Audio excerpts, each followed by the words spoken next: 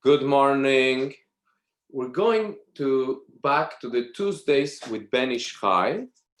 In our parasha, we have the beautiful blessing of the Kohanim. It says, Isa Hashem panav eilecha veyasem lecha shalom. May God direct his face towards you and give you peace. Now, there is 15 words in the blessing of the Kohanim. In our hand, there is 14 articulations for our fingers. So we're missing one to be the perfect number of the blessing. And that's why our sages instituted the kos shel beracha, the cup of blessing. And when we add that, we have the number 15 in our hands. That's why it's important as we make the kiddush, we hold the cup inside our hand, creating a vessel with our fingers around the cup, and we reach the number 15. Now, it's also in the amount of meals we have during the week, we have the number 15. That's why kos shel bracha is connected to it. We eat 2 meals a day for 6 days, that's 12. But on Shabbat, we have Seudah Shlishit, the third meal, and that's how we reach the blessing of Shalom, the number 15. And that's why we greet each other Shabbat Shalom, because Shabbat is what causes us to reach Shalom, the blessing of Shalom of Kohanim, and also Shalom, that we're complete. We have all 15 words, which are 15 blessings. Without the third meal of Shabbat, we'll be lacking. Now, the Talmud says, "Lo matza kadosh baruch hu kli mahzik beracha leYisrael ela shalom." God found the best vessel to hold blessings for the Jewish people to be shalom. Now,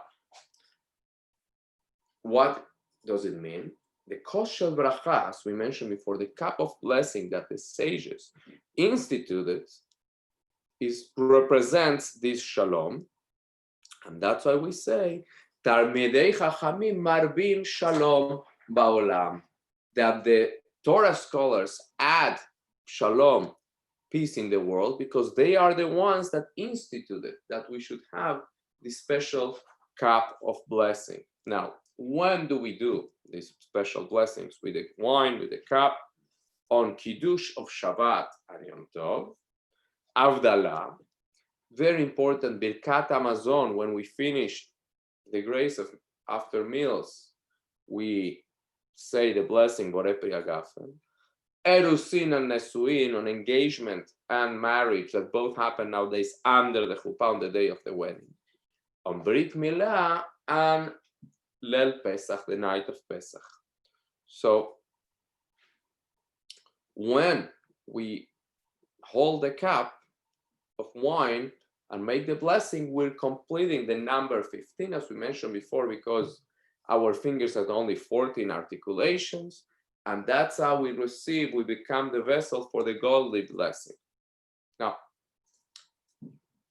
wine, it's very important. And is the only drink that when you say hamotzi over the bread, is not covered. So even if you didn't make kiddush and you want to drink wine during a meal after you wash hamotzi, even though the blessing over the bread covers every other blessing, every other food, almost, as we learned for and drink, but it does not cover wine. Wine is so important that even if a person doesn't enjoy, doesn't really want to drink, but is kind of forced to drink it because of as the seder or kiddush or things like that, nevertheless he has to say the blessing. And it's different because all the other berachot, blessings that we say before they eat, is Birchot Anayanim. You say the blessing because you're enjoying something. If you're drinking water because you need to have some medicine, you don't have to say a blessing over the water because you're not enjoying it, you're not thirsty. But wine is different.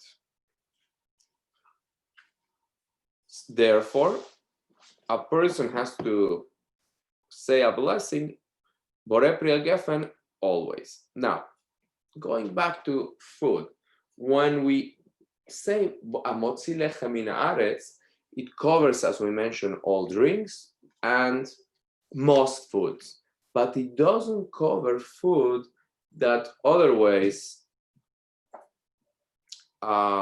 you wouldn't be eating in the meal. It's not normal and to eat in a regular meal.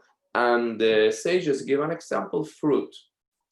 You know, when you sit down to eat a regular meal, usually you eat bread, vegetables. But if you're going to eat an apple in the middle of the meal, it's considered not part of the meal, and therefore you should say a special blessing for it. Now,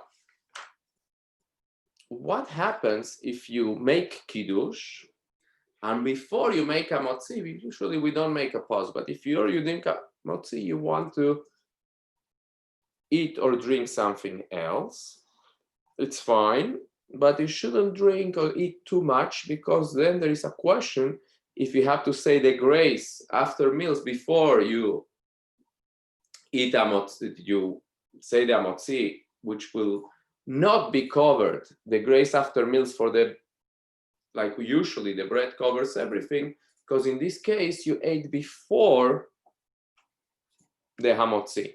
And a practical case of this is on Pesach, when we eat the karpas, the Haggadah says, be careful not to eat too much, because if you eat more than 27 grams, it's a question if you have or not to say bracha harona and the grace after meals, and therefore avoid that. And there is if you actually did, it's better, even though it's an argument. And usually when there is arguments, we say don't say a blessing in vain. But because there is a story of the great Kabbalist Rav Chaim Vital that once he drank water after the kiddush and before the hamotzi, and did not say the blessing, grace after meals, and with Ruach HaKodesh, he saw that this was creating on his forehead, it's something negative. So from that story, we learned that it's important to say the grace after meals if you eat something before hamotzi, but the best is not to get into these problems. Best is to do kiddush, immediately wash hands, immediately eat bread, and have in mind as you say the hamotzi that absolutely everything that comes to you, you will be covered with the blessing of hamotzi, even things that are not on the table, even things that come from outside the house. And this way you'll be covered and will not enter into doubts about saying or not a blessing for the food. And this, God willing, every Tuesday morning we're learning Ben Ish Chai. I like it very much because it takes a part of the parasha, it goes into some Kabbalistic and gematrias and interesting Torah, but then it lands it into practical halacha. So, God willing, every Tuesday, 9 a.m., looking forward to learning with you. Tonight, we also have some more Kabbalistic learning at 8 p.m. Have a blessed day. Thank you for